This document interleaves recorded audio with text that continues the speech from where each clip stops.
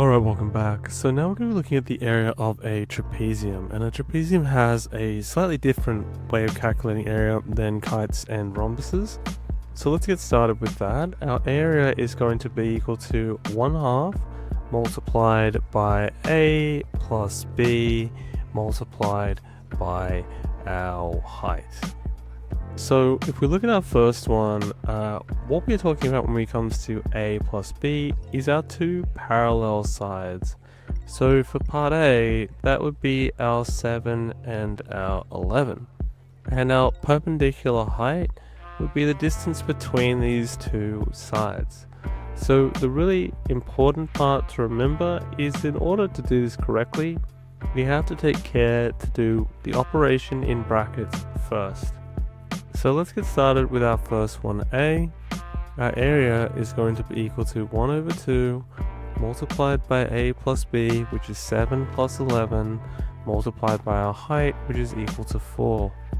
Now this results in our area being equal to 1/2 multiplied by 18 multiplied by 4.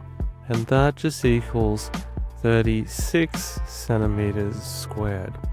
Because we can use the property of multiplication to move different numbers around, or different terms, what we can ultimately do is multiply the 4 by 1/2 first, turn it into a 2, and then multiply it 2 times 18 to get 36, and you will get the exact same answer.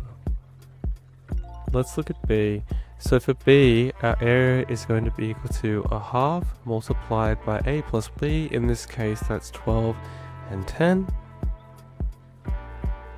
Multiplied by our height, which is going to be equal to 6.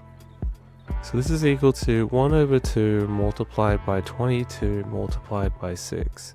So 1/2 multiplied by 22 will just give you 11, and then 11 times 6 is just 66. Alright, lastly let's look at C. So for C, we have area is equal to 1/2 multiplied by A plus B, which is 6 and 11, multiplied by our perpendicular height, which is 5. So our area is going to be equal to 1/2 multiplied by 17 multiplied by 5. Now, again, there are some easier ways of doing this. It can be easily thought of as everything to do with a multiple of 5. You can usually make that into a multiple of 10 and then take that a little bit further. So if I instead made this into multiplying it by 10, I would get 170, and then 170 divided by 2 would be 85, and then the result would be 85/2. There's a lot of ways in which you can move around these numbers and make your life easier. So our answer is going to be 85 divided by 2. Now if you just did the multiplication, it would come out the exact same way. And this will be equal to 42.5 millimeters squared. Alright, that's it for this video. Hopefully it's helpful, and I will see you in the next one.